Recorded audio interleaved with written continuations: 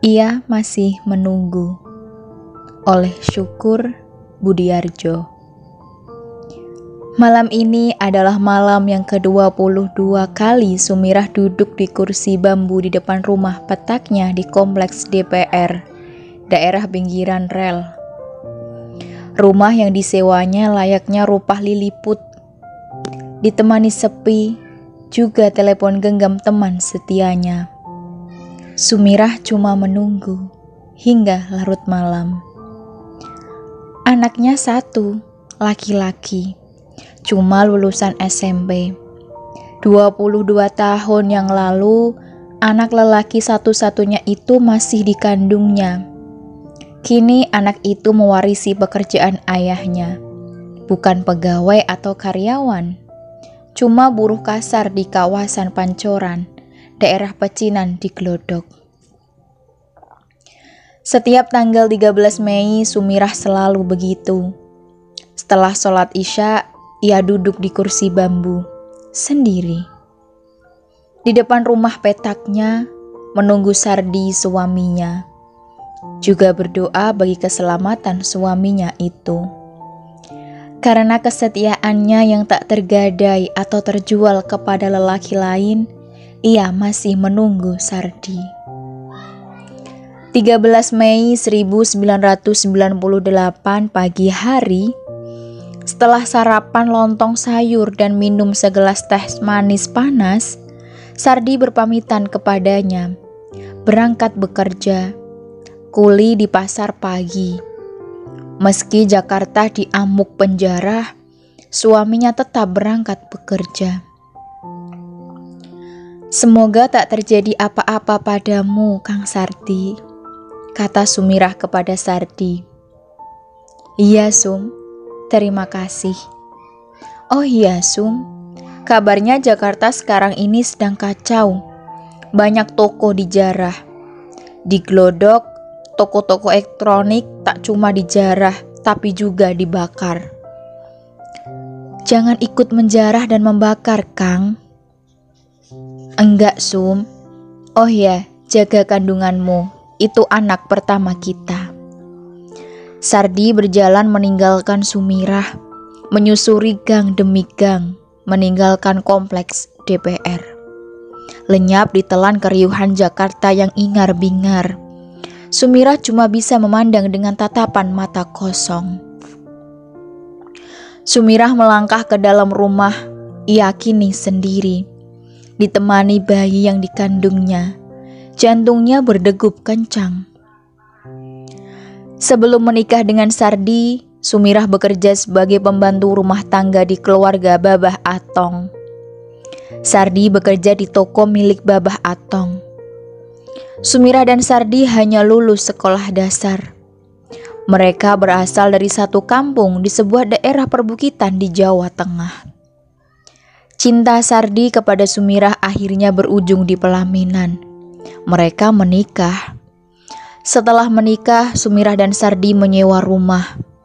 Mereka tinggal di kompleks DPR yang rata-rata penghuninya memiliki pekerjaan sebagai buruh atau kuli. Sore menjelang petang, Sumirah keluar rumah. Orang-orang di kompleks DPR menggerombol di sepanjang rel. Mereka membicarakan suasana Jakarta yang galau karena ulah para demonstran. Tapi Sumirah buta politik. Ia tak mau berkomentar tentang reformasi yang tiba-tiba menjadi makhluk menarik di televisi.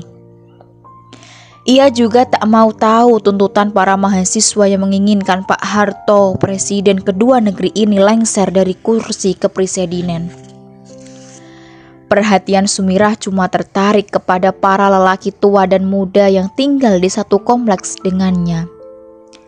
Ada yang memanggul televisi, ada yang menenteng radio, ada yang memanggul karung entah berisi apa.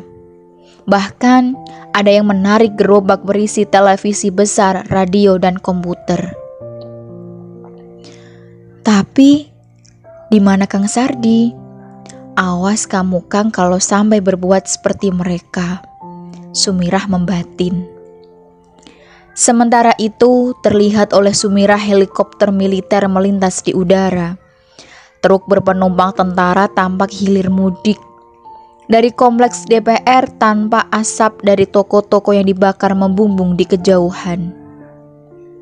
Ketika azan maghrib dari masjid berkumandang, Sumirah sangat terkejut. Karena di dekatnya telah berdiri Sardi dengan pakaian compang-camping dan wajah kusam. Tetapi Sardi cuma diam membisu, tak berkata sepatah kata pun. Sumirah menegurnya. "Tumben Kang masuk rumah gak pakai salam. Kok tiba-tiba saja sudah berada di dalam rumah?" Sardi hanya diam. Para tetangga tuh menjarah barang-barang elektronik di gelodok. Mereka nekat, ya bermodal nekat, atau mungkin malah dibiarkan. Sardi cuma diam. "Oh ya Kang, sholat maghrib dulu. Saya siapkan kopi dan makan malam. Meski cuma ada tempe goreng dan sayur lodeh, masih ada kok ikan asin kesukaanmu. Mandi dulu dan ganti pakaian yang bersih." Sumirah terus mencerocos meski Sardi tak membalasnya. Dari dapur yang cuma tersekat triplek dengan kamar tamu, Sumirah membawa kopi panas. Makanan sudah tersaji di meja makan yang terletak di kamar tamu. Namun, jantung Sumirah berdegup kencang ketika ia tak menemukan Sardi. Tak ada Sardi di dalam rumahnya. Sardi seperti lenyap di telan bumi. "Kang Sardi, Kang Sardi." Sumirah memanggil-manggil Sardi, tak ada jawaban. Bulu kuduk Sumirah mulai berdiri. Akan tetapi, yang terjadi kemudian membuat Sumirah terduduk lemas. Tiba-tiba angin dingin bertiup kencang disertai bau sesuatu yang terbakar, layaknya bau makhluk hidup yang dilalap api. Sumirah masih menunggu Sardi hingga larut malam. Ketika itu, kelebat bayangan Sardi menghampirinya, seperti aroma daging yang terbakar menusuk hidungnya. Itu penghormatan terakhir Sumirah bagi Sardi. Pada setiap tanggal 13 Mei selalu begitu. Karena hingga anak lelaki satu-satunya telah besar dan melanjutkan pekerjaan Sardi sebagai kuli, Sardi tak pernah pulang ke rumah. Konon kabarnya ratusan orang meninggal karena terbakar di banyak toko dan pusat-pusat perbelanjaan di berbagai tempat di Jakarta pada 13 Mei 1998. Mereka dikebumikan secara massal di berbagai tempat pemakaman umum di Jakarta sebagai jenazah yang tak dikenal.